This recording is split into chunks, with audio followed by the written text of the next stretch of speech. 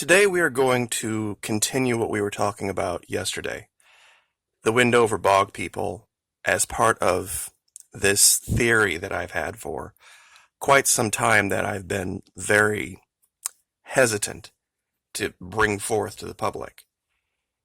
Because you'll make enemies of both creationists and scientists simultaneously with this theory.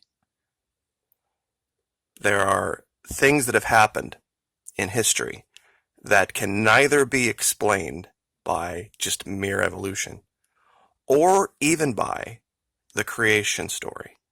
Now, anybody who's watched my channel for any amount of time knows I'm a Christian. However, there are some things that have happened post that event, Garden of Eden event, that just can't be explained by this. Meaning that there have been these leaps that science can't explain. Normal pre-Columbian societies, Iron Age societies, that just all of a sudden leapt forward technologically or sociologically in a way that they can't explain. They've been trying to find this quote-unquote missing link, and to my mind, it's even more evidence of time travel. So, like I said, you try to bring this to either group, and they both dismiss it out of hand, even though there's real, if you open your mind and you think about the possibility of someone going back 2, 3, 500, maybe even 7,000 years ago, you could easily make the argument that their presence, or the presence of a few dozen or a few hundred, introduced into a society could cause that leap just by bringing the knowledge. Now, many would say, well, we would definitely have some kind of a scroll or some type of some written evidence of this. In North America, there weren't written languages until the Europeans arrived. In fact, that was one of the advantages that gave us the ability to win World War II. The Wind Talkers, because they knew a language. There were North American, Native Americans that knew a language that was not written. Now, one of the aspects I forgot to talk about yesterday that was so critical of this theory was this. Amongst the 168 remains that were found in Windover, there was one of a boy who was 15 years old, who had spina bifida, and had one foot that was a club foot, and it had healed over, meaning that he had lost the foot somehow, and they kept him alive and nurtured him, even though he couldn't walk. Spina bifida would have made him paralyzed. Couldn't walk, couldn't really contribute, but they kept this boy alive until he was 15 years old. That's not evidence of hunter-gatherer society. The past was, well, brutal. It just was what it was. A child like that would have probably not lived its first year, unless something else intervened, some other force intervened. Also, of the 168 remains that they found, half were children, but of the adult males, the average height was 5'9". Now, that would then make me believe that, well, if the average height was 5'9", there were probably specimens that were 6 feet plus and smaller. So you would have seen this range of size. And when we looked at the skulls from yesterday, there was definitely a difference between 3 of those skulls of the 8.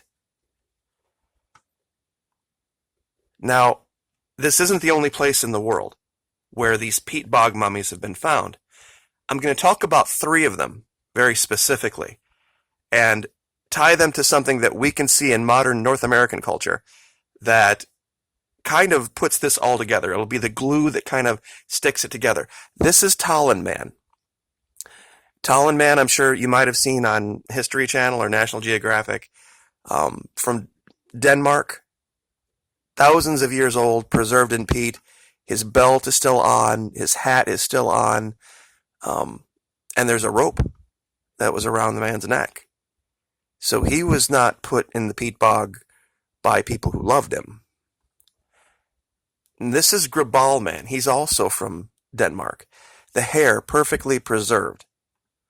The nails perfectly preserved. Now, the reason I show these images is the third image.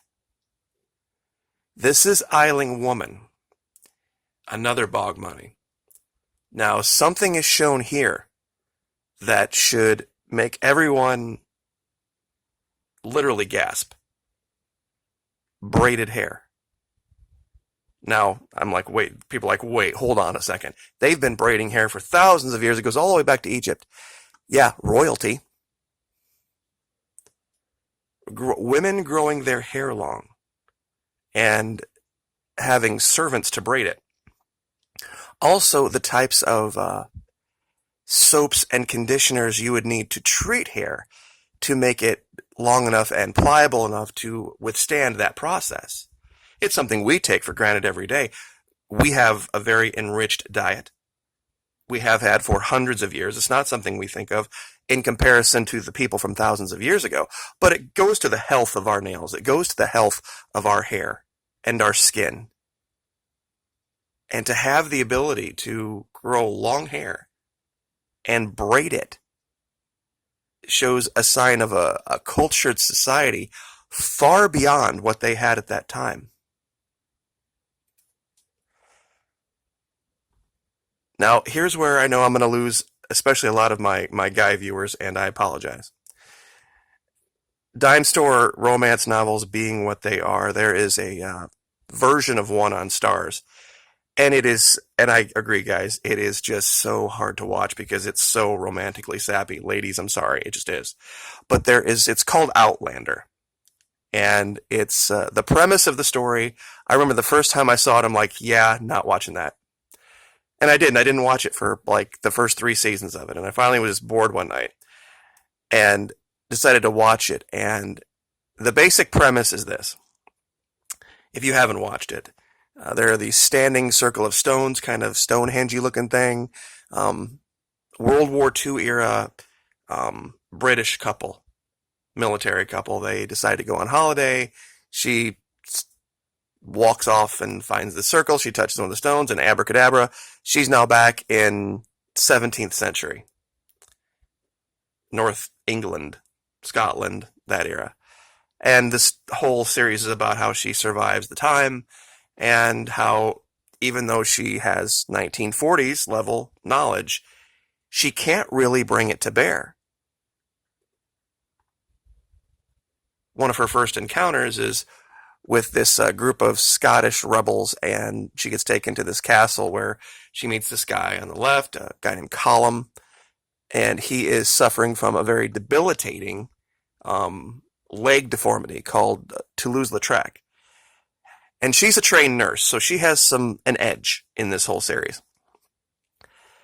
And she has a conversation with him, and the reason I bring all this up is because you would think, I mean, the average person would think, well, gosh, man, if I went in the past, given what I know, I would become king. I would become, the leader of this, and this. And if you started seeming like you were more than you should be, like this particular woman almost does, you will get strung up as either a witch or a demon or a warlock or some type of druid. You wouldn't.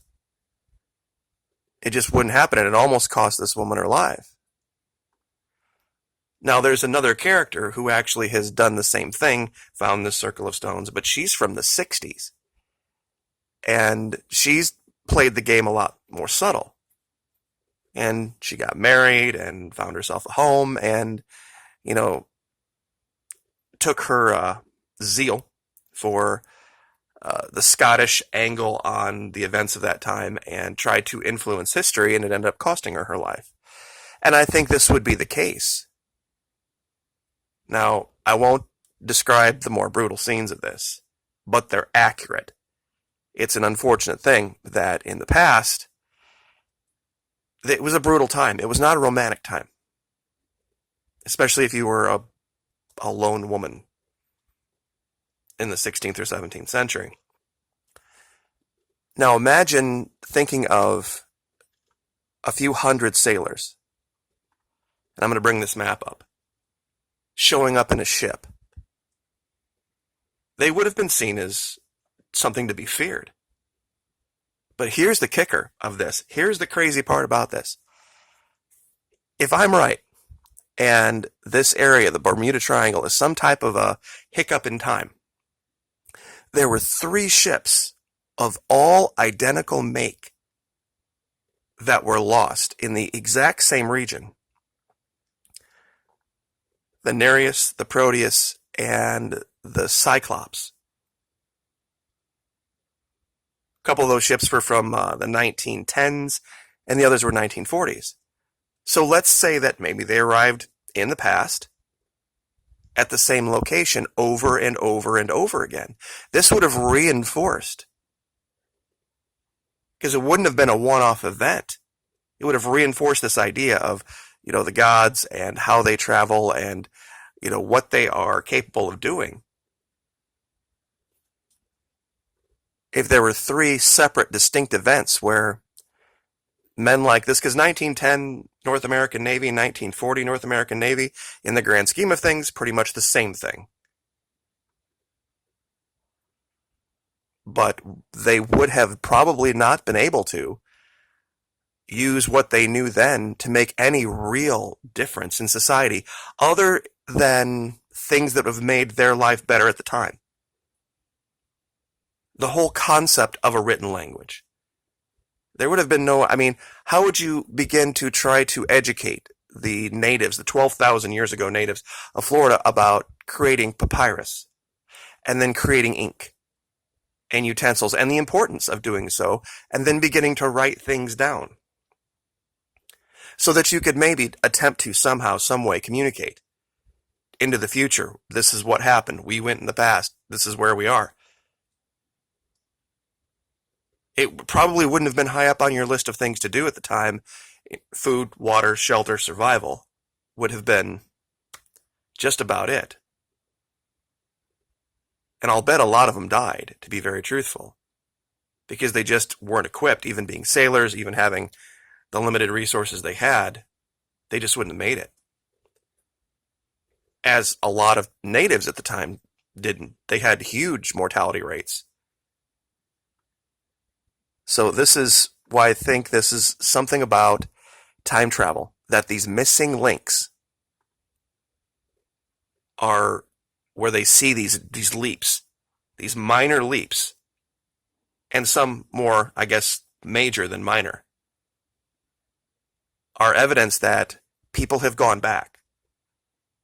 Maybe not willingly, but they have brought with them some ideas, some beliefs, like not letting a 15-year-old boy die with spina bifida, hair braiding, medical treatment, things that you would know about how to keep peoples alive. The proper way to farming would be another thing that you could bring to bear. And that's another thing too. The idea of what we call corn didn't exist.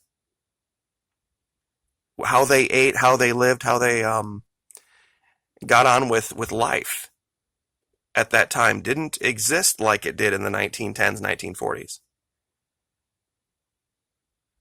How would you fish without fishing line, without, manufactured hooks or fishing rods? What would you make fishing line out of? What would you make nets out of?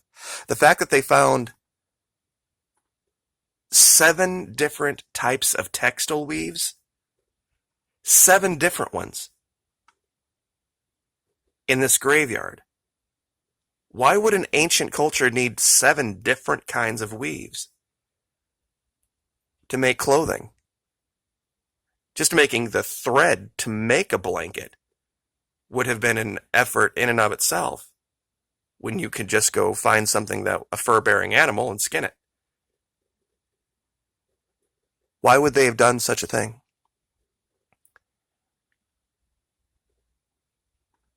I think these peat bogs can show us something. that there is evidence for, and this is the biggest one for me, that they found this thousands of years old woman with intricately detailed braided hair. This is not something that would have been high up on the list of things to get done that day for ancient people. This would have been something, this would have been a cultural phenomenon brought back in time. So, anyway, that's the basis of my theory. And if you haven't watched Outlander, if you can get through the nauseating dime store romance garbage and pick out the historical gems, it's really a great series. The premiere is coming up, I think, middle of February for season 5, so you can binge watch for a while. I will warn you though, it's brutal. It's, you don't usually put those two words in the same sentence, brutal dime store romance novel, but it is. It's ugly, and it's accurately ugly, and I think that's why it's won quite a few awards. But anyway, I will leave it there. But let me know what you think. Like, share, subscribe.